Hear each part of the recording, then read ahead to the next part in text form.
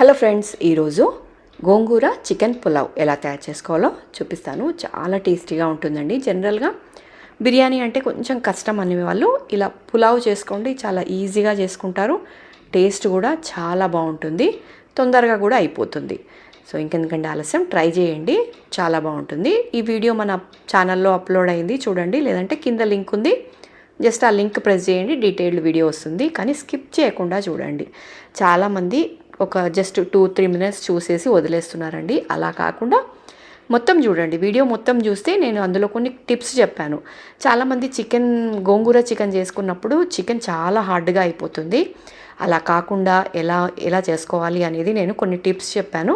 So అలా చేసుకుంటే మీకు చికెన్ సాఫ్ట్గా ఉంటుంది, టేస్ట్ కూడా బాగుంటుంది. సో ఇంకెందుకంటే ఆలస్యం, ట్రై చేసి టేస్ట్ ఎలా ఉంది అనేది కూడా కమెంట్లో షేర్ చేసుకోండి. అలాగే మీకు ఇంకే ఏమైనా రెసిపీస్ కావాలంటే కూడా నాకు కమెంట్లో షేర్ చేయండి, నేను మీకు చేసి చూపిస్తాను. ఈ వీడియో కనుక మీకు నచ్చినట్టయితే ఎప్పటిలాగే ఒక చిన్న లైక్ మాత్రం తప్పకుండా ఇవ్వండి. అలాగే ఛానల్ని సబ్స్క్రైబ్ చేసుకోండి. మరిన్ని వీడియోస్ కోసం రెగ్యులర్గా చూస్తూ ఉండండి.